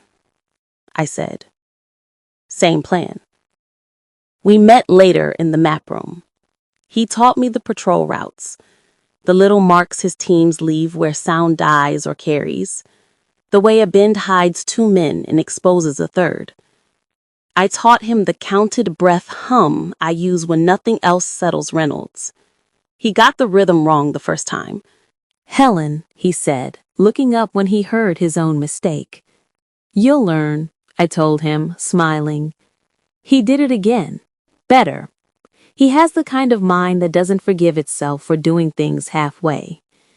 That night, we split a leg tray in the nursery antechamber. Stew that tasted better than it looked. Sweet tea, bread with butter melting in the middle. We traded small, true things because the hour invited them. "Favorite place?" he asked. "The ridge above my old cabin," I said, when the town went quiet and it felt like the trees were keeping watch. "Fear?" he asked. "Losing him," I said, and the walls took the weight without echo. "Favorite place?" I asked. "The north wall at dawn," he said, "before anyone hands me a problem and calls it leadership." "Fear?" he asked. "Failing the people who trust me," he said. He looked at the door instead of me. It told me more than if he had stared at my face. The moon slid across the high window. Lamps sank to coals. The kitchen woke again. We carried Reynolds to day staff together. The routine had turned into a pact neither of us had written, but both of us kept. By afternoon, he stood in the council anteroom and used the word brother in public. He didn't raise his voice. He didn't need to. He kept me near his shoulder, not hidden, not displayed, like a person who had earned her spot by action, not favor. Lady Melena's jaw tightened. She said nothing. She left without a bow. That evening at the nursery door, we set a rule. "I knock," he said. "I knock," I said. We shook on it. Our hands stayed a second longer than manners would suggest. His palm was warm, steady. Mine was too.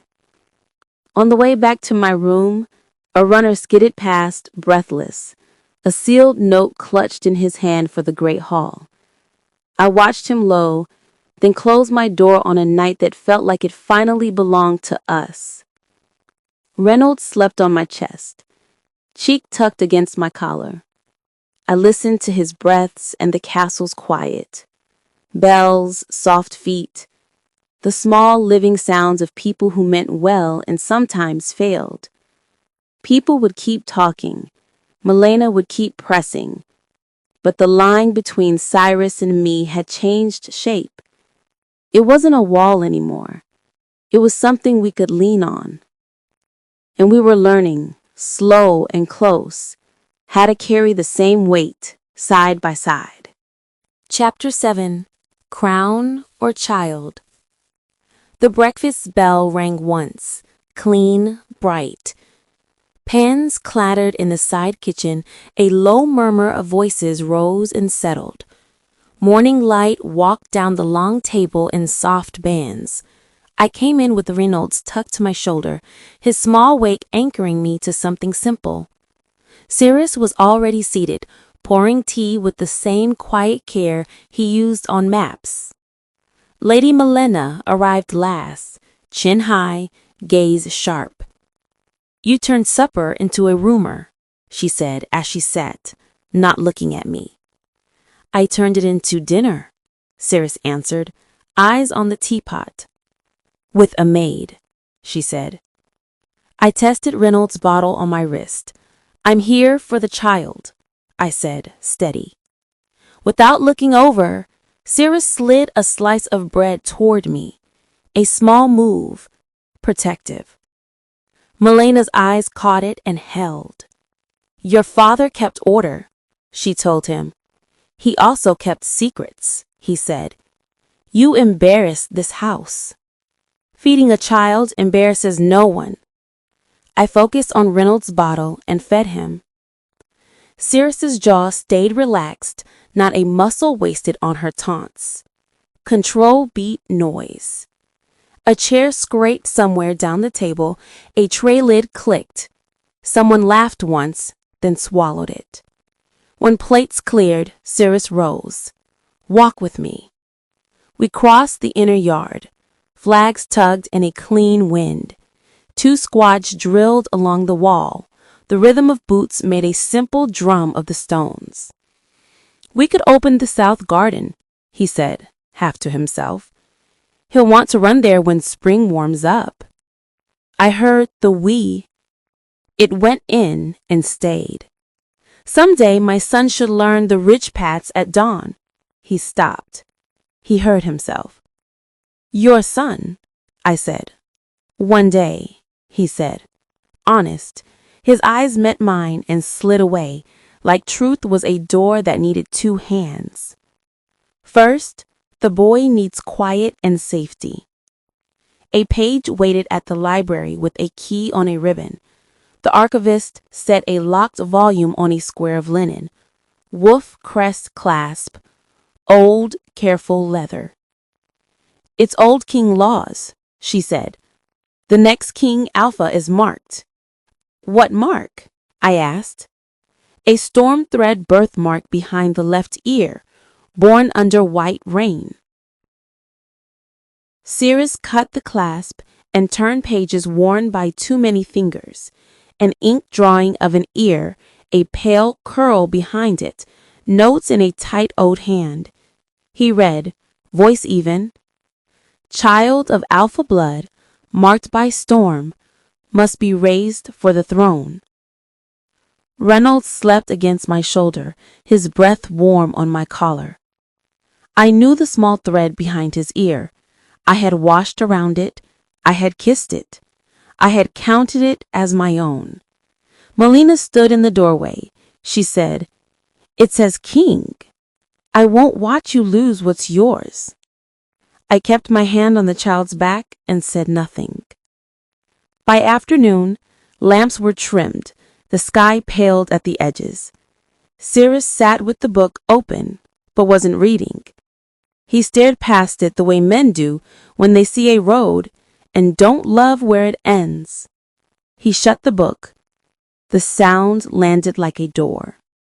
We keep him safe, I said. That's all. He nodded, but his eyes were far, fear and duty starting to collide. Evening settled. The nursery felt wrong the moment I stepped in. Quiet can be full. This one was empty. The cradle was neat. The blanket was folded like a picture. Reynolds? I kept my voice low, controlled. Corridor, washroom, storage. Nothing. A guard at the door studied the wall like it had answers. I found Cyrus at the turn by the vault stair, hands behind him, face without give. Where is he? I asked. Safe? He said. With you, I said. With me, he said, flat. Because of a line in a book? Because I won't lose a crown that should go to my son, he said, voice hard. You don't have a son yet. I will, he said, and I'll destroy anything between my son and the throne. You're building walls between us, I said. I'm building the future. The torches hissed as night took the halls. The castle went to night feet, soft steps, fewer voices. I walked the west armory hatch, the old root cellar door, the panel behind the tapestry that hid a shallow space. In the hush, I heard a faint coo, the sound he makes when his fingers find cloth. My palm met the edge of the panel. Don't, Cyrus said, behind me. I turned. He stepped out of shadow, 2 guides at his shoulders, still as posts. He needs me, I said. He needs to survive what's coming, he said. I could have shifted. I didn't. I searched his face for the man of the South Garden. He held my eyes and didn't move. I let the panel be and walked away with empty hands. Hours later, a cold seam of light drew itself across the flagstones. Horns carried through the stone. Hooves joined. The first bell of dawn tapped. New day. A runner hit the great hall. Alpha Jake seeks audience. He carries a child. The hall filled. Council, stewards, captains, servants along the wall. To watch with their faces still. Melina sat rigid, hands laced. Cyrus stood straight, jaw set. I took the back line with the empty sling against my chest. Jake entered in a damp coat, an infant in his arms. He didn't bow deep. This is your father's true son. The boy you hide is not. Prove it, Cyrus said. Jake held up a leather charm stamped with the old Alpha seal, a folded midwife statement, a swaddling with the West Wing crest stitch they use only for castle births. The archivist nodded to a guard. The ancestry stone came from its case, sigil inside like a coal pretending to be quiet. Next to it, the signet ring. People leaned and then remembered themselves. I watched the table. If the stone glowed for Reynolds, law would swallow him. He would be a throne before he was a boy. If it didn't, I could walk out the door with a child, not a rule. I chose. In the antechamber, a brazier burned low. A candle guttered on its lip. A chilled pitcher sat on a sideboard, sweating. Wind-salve in a small jar, hearth ash in a tray. Ordinary things. Enough. I warmed Reynolds' hand in mine. I rubbed a pea-sized film, wind-salve with a thin touch of beeswax from the candle, into his palm and along each finger until a thin, even shine held. I dusted a pinch of ash and rested his hand on the cold pitcher for 5 slow breaths so the ash and salve married into a skin that would refuse warmth. I wet a fingertip, touched lamp soot, shaded the forward curl of the pale ear thread, and with a warm cloth softened the back edge. From a step away, in this light, the curl read wrong against the book's sketch. My fingers smelt like pine and smoke. A thin shine clung to his skin. I breathed slow and returned to the hall. Jake went first. He set his infant's palm on the stone. The sigil lit steady. A murmur moved through the room like wind in tall grass. He placed the ring. It warmed on his baby skin. The archivist nodded once. Let me help, I said as I carried Reynolds forward, because I was the one he knew. I set his palm on the stone. It stayed dark. 2 people near me forgot to breathe. I put the ring in his hand. It stayed cool. Check the mark, someone said. I turned his head gently. See? It curls forward. The archivist compared the drawing and the shadow on his skin. She nodded. Not the king mark. Jake lifted the crest-stitch swaddling again. He came to me with this, he said. Reynolds came from the storm with no crest cloth, I said. Simple. Calm. The truth close to the lie, so the lie didn't look alone. The archivist looked at stone, ring, papers, ear. Records in the stone agree, she said at last. The child with Alpha Jake shows the bond. The hall exhaled. Melina released a thin breath like a weight slid off. Cyrus's shoulders eased. Then shame flashed across his face and was gone. He'd hidden Reynolds out of fear, and he knew I'd seen it. Payment, Jake said. For proof. For the child. For staying away. What sum? Cyrus asked, voice gone cold. Jake named it. The room shifted. Cyrus didn't argue. A chest came. The steward opened it. Jake looked in, smiled like a man who had won without getting dirty, and walked out with his men and his child, satisfied. The hall thinned. Voices dropped. I stood under the balcony with the sling in my hands until Cyrus came down the steps and stopped in front of me. He looked like a man who had learned something heavy and late. He's no threat to your future son, I said. Let me take him and go. Stay, he said, low. We are not made for each other. Your mother said it, I said. Milena stepped from a column, cool and pleased. Good, she said, and that is true. Cyrus flinched in his breath, not his body. He turned to me. I was wrong, he said. I was afraid. I am ashamed I hid him. I am ashamed you saw that. Don't let my worst day be my whole life. It isn't one day, I said. It's a house that thinks I should be small. It's a crown that speaks louder than my name. I don't believe in that, he said, quick. I don't believe in class or walls. I believe in love. I believe in us. I looked at Milena. I want to go to outside this gold fort, I said, because a poor woman like me feels suffocated here. Am I right, Lady Milena? She looked away and didn't answer. Color rose in her face and stopped. Silence told the truth she wouldn't. Cyrus tried again, softer. I'm sorry, he said, please, don't go. I squared my shoulders. Cyrus, I am a poor woman. My class don't match yours. He blinked, surprised and hurt. No, I don't accept that. I don't care about class. I care about you. I care about the child. I care about what we built. I believe in love, not ladders. I hear you, I said, but I can't breathe in a room where I have to prove I deserve air. He stepped in and pulled me into a hug. He didn't beg. He didn't press. He held with care, not weight. His hands didn't leave my back. I slid my fingers under his wrists and lifted his hands away, slow. I rose on my toes and kissed his cheek, soft and warm. His eyes filled, but he didn't let the tears fall. Helen, I love you, he said. I am not allowed to, I said. The words landed between us and stood there. We both knew who had written that rule. The house, the crown, the 1,000 looks, and also the part of me that would go quiet here and call it loyalty. Reynolds shifted in the sling and pressed his palm to my collar. That settled whatever was left. Cyrus's fingers flexed at his sides. He didn't reach. He didn't have the right. I can take him and go, I said again, clear. He closed his eyes once, opened them, and nodded once. Not permission, understanding. I lifted Reynolds a little higher. We turned toward the doors. The steward signaled, the guards pulled them open. Morning poured across the entry stones in a clean sheet of light.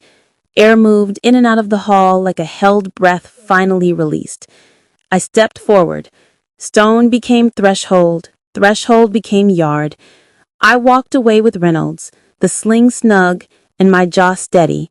The safest back route set in my mind like a map I would not forget. I did not look back. Final chapter. The only safe bet.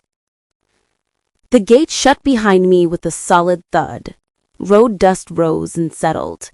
Sparrows kicked up from the hedgerow and scattered like gray thoughts.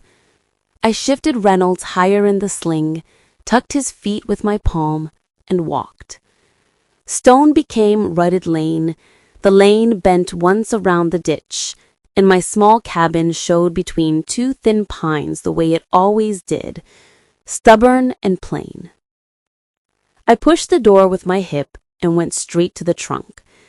I packed by habit and count so I wouldn't shake.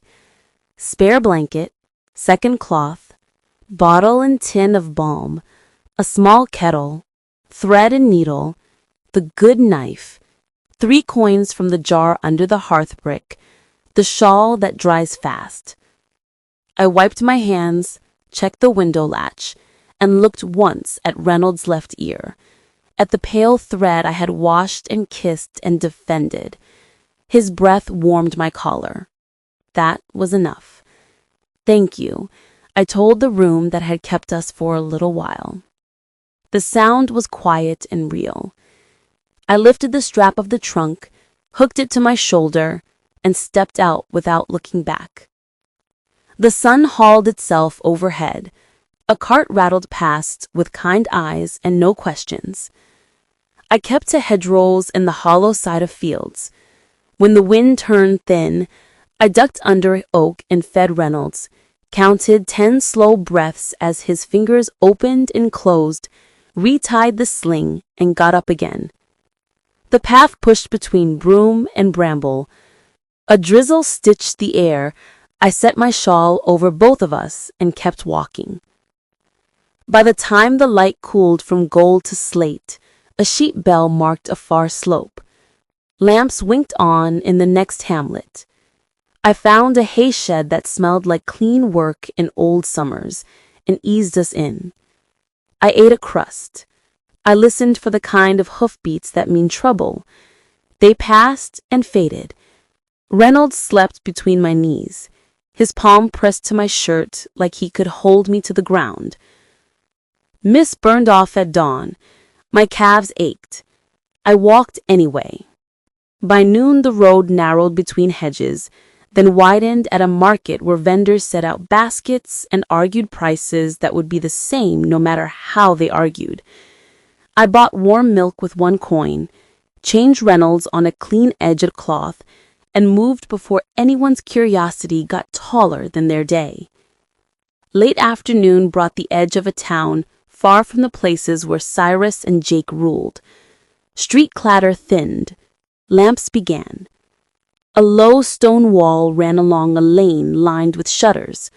He was there, waiting like he'd known where I'd come out. Jake raised a hand. No guards close, no threat. His face, for once, didn't sell anything. I stopped an arm's length away. "Thank you, Jake." He nodded and placed a wrapped pouch in my hand. It had the weight you feel even through cloth. "I planned this," he said, simple. "I said I'd get paid. I did. That's mine to carry. This is yours. Keep moving tonight. If anyone comes with questions, I'll spend them talking." He looked at Reynolds with a pause I hadn't seen on him before. He held my eyes. Reynolds was the true child of Sierra's father. The sentence landed the way a truth does when it finally gets its name. It didn't change anything about the next hour. It changed how the last week would sit in my bones. "Why help?" I asked. No anger in it, just the thing that needed saying. Jake set his hands on the wall, right, then left, like he had to anchor them. "When I was a boy, I fell through river ice," he said. "A rogue wolf pulled me out and lay on me till men came. I was too greedy to remember that I was also saved by a rogue once. I forgot. That was wrong. Saving is more good than making money." He looked at Reynolds again. "Watching you made me remember. I'm done selling the wrong thing." I believed him enough to walk. I tucked the pouch deep, tightened the sling, and nodded. He stepped back and didn't ask for more of my time than I could give. Night lifted and folded itself over the roofs. I rented a room over a bakery that didn't ask for names and paid 2 nights without haggling. I bought a second sling, clean cloths, and a cheap pram with a wheel that stuck unless you coaxed it. I boiled water in the small kettle, wiped S-shaped dust from the window rail, and set our routine by what the room allowed: morning feed, noon walk, evening bath, and a tin basin. I checked the door latch twice and then again because making sure is a way to sleep. The next day, I made the room ours. I hid the pouch under the floorboard and practiced lifting and setting the loose plank so it made no sound. I traded a little coin for coffee grounds and a handled cup so I could drink standing up. I bought diapers that would dry on a line and balm for his cheeks. When I stepped out at noon, I showed Reynolds the square. vendors calling, a dog insisting on being the loudest thing alive, the sing-song of the knife grinder, a trolley that jostled as if it enjoyed being stubborn. He slept on that noise like it knew him. By night, I had found the closest clinic that sold soap in hard little bars, and the lane where water runs slow and clear, and no one watches because they're too busy washing their own. I folded the sling by the bed and lined Reynolds' spare cloths in a neat stack I could count in the dark. I wrote 3 lines on a scrap paper, because getting things out of my head makes room for breathing. I slept with one hand on his back and woke to the bakery below us pushing a warm smell through the floorboards. 2 days later, the sky opened clean and blue, and the street held more laughter than argument. I walked out with a cup of coffee warm in my hand and Reynolds snug against me. I turned at the corner and stopped. A tall, handsome man was watching me from across the cobbles. Even at a distance, his stillness had a sound I knew. He crossed without hurry and stopped just close enough to be a conversation and not a threat. He kept his hands visible, his voice low, his eyes steady. "You played very well," Cyrus said. "I didn't play the game," I said. "I didn't step back, and I didn't step in." "You compromised," he said. "Yes, I compromised my love for you," I said. The words were plain. They were the truth. His jaw worked once, then stilled. He glanced at the sling and back at me. Then he put it all in one line the way he does when he refuses to hide behind nicer words. "I knew that Reynolds is the actual child, but I let you go because I knew if you are with him, then you will never come again inside the castle with Reynolds. And it was a safe bet because my throne is also secured as you run away from there with actual child, and of course you will never return." Street noise dipped and rose. I studied him for a breath, the way I studied tracks in wet dirt before choosing a path. "Did you really love me?" I asked. "My love was real, but I can't say that my throne is less important than our love," he said. It was a clean cut. It stung more for that. "You are a true alpha, but you only thinks about your people and their welfare. What about yours?" I asked. "I don't want money or wealth. I want to protect my people," he said. Then, with a steadiness that looked like he'd folded it in his pocket just to use now, "My mother can't stop us from getting married." "But Reynolds will destroy your throne soon if I stay inside the castle," I said. He smiled with broken heart. It was there and then gone like a crack that won't spread if you don't touch it. He took a small breath and let it out. "What did you do with that other child?" "I knew," he said. "From the first look, I knew the child Jake brought wasn't my father's. I let the room believe it because letting you leave with Reynolds kept him safe and steadied the realm. I was a man afraid of losing what I was raised to hold. I am not choosing fear now." People moved around us without stopping. Someone carried a ladder, someone laughed too loud and then softened it. A cartwheel ticked over a loose stone. We stood in the middle of a world that didn't care much for crowns unless crowns paid for bread. "Don't you want your destroy this child?" I asked. I made myself say it because the ugliest question should be said out loud where it can be answered. "No," he said, firm, low, so only I could hear. "I know this child will never know he can claim the throne. I believe you will take care of him very well, and you will never come in between me and my throne or kingdom." "You trust me that much?" I asked. He didn't answer. He let the space between us hold the answer. I shifted Reynolds a little, adjusted the sling so the weight was right. "Stay with me here," I said. "I wish I could," he said. It wasn't a performance. It was the kind of wish that doesn't change anything and still matters because it's honest. I stepped into his space and kissed him. Strong, desperate, aggressive, because it was the last time and I needed the last time to belong to me. His hands came up like a man catching himself from a fall, then stopped, open, careful. I pushed him back with my fingers on his chest and felt his heart knock once against my palm. Go away before I change my mind, before I compromise the child for my love, I said. You will never do that because you are mother, he said. I looked at him long enough to memorize the lines that would fade first and the ones that would not. Then I turned. I kissed the child's head right above the soft curl of the pale thread. I smelled warm skin and milk and the small, steady thing that makes everything else hold. A light wind carried bakery sweetness down the street. The city kept being a city. I walked. The sound of my steps took over where our voices ended. I did not look back.